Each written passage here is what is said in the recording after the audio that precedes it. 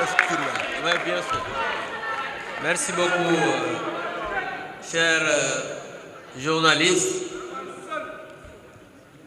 Je vais rapidement, après les brillantes interventions de mes camarades,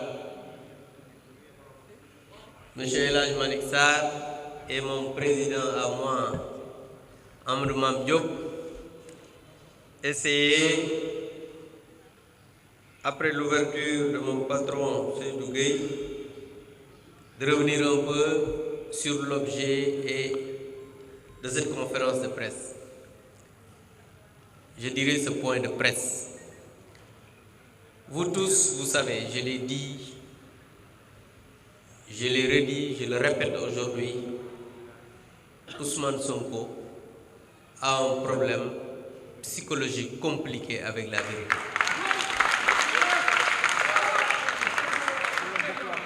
Et quand on a un problème psychologique compliqué avec la vérité, on ne peut faire autrement qu'aller toujours dans le délire. Vous savez, M. Ousmane Sonko s'est permis d'aller sur l'esplanade du stade parce que, vous savez, j'ai entendu tout le temps, ou bien partout on dit oui, une mobilisation exceptionnelle. Cela ne nous émeut pas. N'oubliez pas qu'en 2009, l'Alliance pour la République était dans l'opposition. Et en 2011, on a fait l'investiture du candidat Macky Sall sur l'esplanade de Diamalaye, qui fait 7 fois un terrain de football. Et on était dans l'opposition. Au pouvoir, on a rempli le stade Léopold Sédar Senghor. Lui, il était sur l'esplanade. On a rempli le stade de Guédiawaye. On a rempli le stade de Pikine. Si vous allez partout au Sénégal, les mobilisations du président Macky Sall, heureusement qu'il y a aujourd'hui l'Internet. Et vous avez vu à travers l'Internet que Roy de Nouro pire. Donc cela vraiment ne nous émeut pas. Là où ils ont fait leur meeting, c'est le ministre Ali Saleh qui l'avait aménagé pour en faire un forail. Vous vous rappelez bien de la Tabaski où il y avait beaucoup de moutons quand même.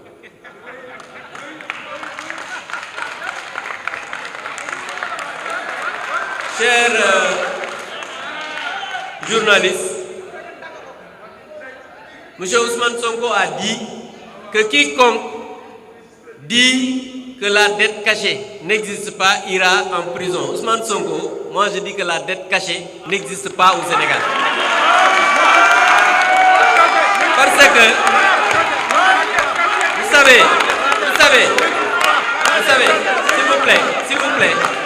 s'il vous plaît, on n'est pas, s'il vous plaît, ce que je dis, ça peut être documenté parce que ce qu'on dit, nous le disons avec des faits. D'après les investigations qu'on a faites et qu'on a dit partout, ce qu'ils disent d'être cachés, c'est environ 4 700 milliards. Et sur ces 4 700 milliards, 30% fait partie la dette contingente, c'est-à-dire les sociétés qui est tout le temps montrée par le bulletin statistique de la dette qui n'est pas sorti depuis juin 2014 et on demande sa publication. Jusqu'à présent, ils l'ont caché. Le bulletin statistique de la dette depuis juin 2024. Ce bulletin qui est un document public n'est pas sorti.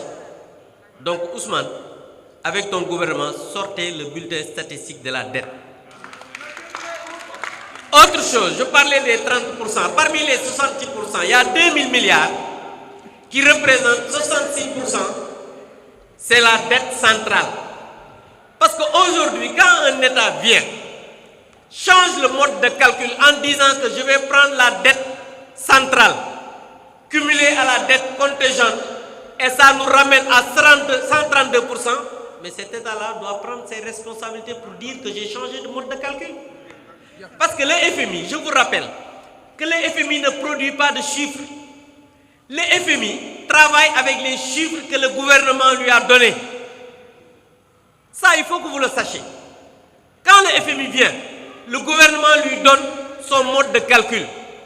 Et c'est à travers ça que le FMI dit, par rapport aux exigences des convergences de l'UEMOA, voilà votre seuil de la dette, voilà ce que vous avez fait contracter avec les bailleurs multilatéraux, et ensuite, ce qu'il y a eu comme facilité de crédit avec les banques locales.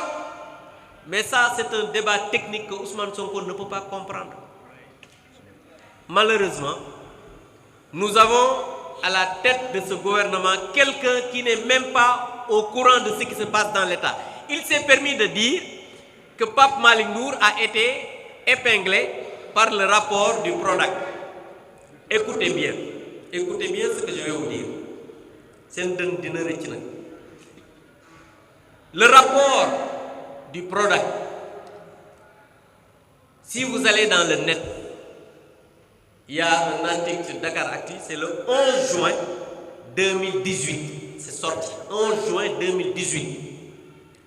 Celui qui a produit le rapport, Dieu ait pitié de son âme, il s'appelle Samba Laobadie.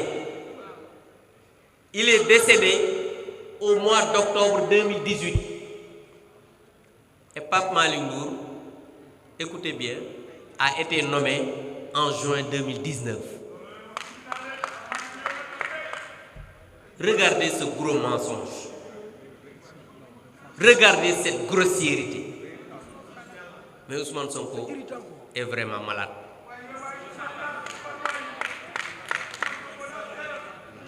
Et je voudrais que Ousmane Sonko, à travers son meeting, était passé de Ousmane Baridolé à Ousmane Bari Khalis. Parce que vous avez vu qu'ils ont pris tous les cas du Sénégal avec de l'argent public. Il a essayé d'expliquer en disant que oui, certains ont donné 20 millions, d'autres 2 millions. Il faut que les Sénégalais se réveillent et sachent que ces gens-là sont en train de marcher, je dirais bien même, au niveau de leur conscience, parce que même les budgets aujourd'hui, il dit que les fonds politiques, oui, l'exécution, mais il avait dit que la première mesure serait de supprimer les fonds politiques. Les fonds politiques existent toujours. Le budget de la présidence a quitté 72 milliards pour aller à 204 milliards. Le budget de la primature a quitté 25 milliards pour aller à 31 milliards et aujourd'hui à 30 milliards, donc augmentation de 5 milliards. Le budget de l'Assemblée nationale, 20 milliards quand le président Mame Diop était là-bas, heureusement qu'il est là à mes côtés. Aujourd'hui, c'est 22 milliards. Après avoir quitté 24 milliards parce qu'il y a l'argent des véhicules. Mais où est la rationalisation? Où est la diminution du train de vie de l'État? Non, Ousmane Sonko et son gouvernement préfèrent presser encore les populations à travers une loi qu'on a votée au mois d'octobre pour taxer les Sénégalais qui ont pratiquement tout perdu. Un Premier ministre qui passe son temps à insulter la magistrature, à insulter les magistrats. Je voudrais, à travers cela, me réjouir de la libération de notre camarade Badara Gadiaga, même s'il est sous contrôle judiciaire, ou bien sous bracelet électronique, mais même le procureur s'est opposé. La Diop est sorti de prison pour dire simplement qu'aujourd'hui, l'état de droit est en train de s'exercer, malgré l'opposition de Ousmane Sonko. Parce que Ousmane Sonko veut installer une dictature dans ce pays, mais nous avons une justice debout et des magistrats debout. Vous l'avez entendu dire qu'il va prendre les magistrats qui vont faire le job. Cela, c'est insulter même les magistrats, les dignes magistrats du Sénégal. C'est insulter la justice sénégalaise. Ousmane Sonko doit être arrêté. Parce que j'ai dit un jour ici que s'il y a quelqu'un qui doit être poursuivi pour ces jeunes qui sont morts, c'est bien Ousmane Sonko qui a appelé au mortal combat.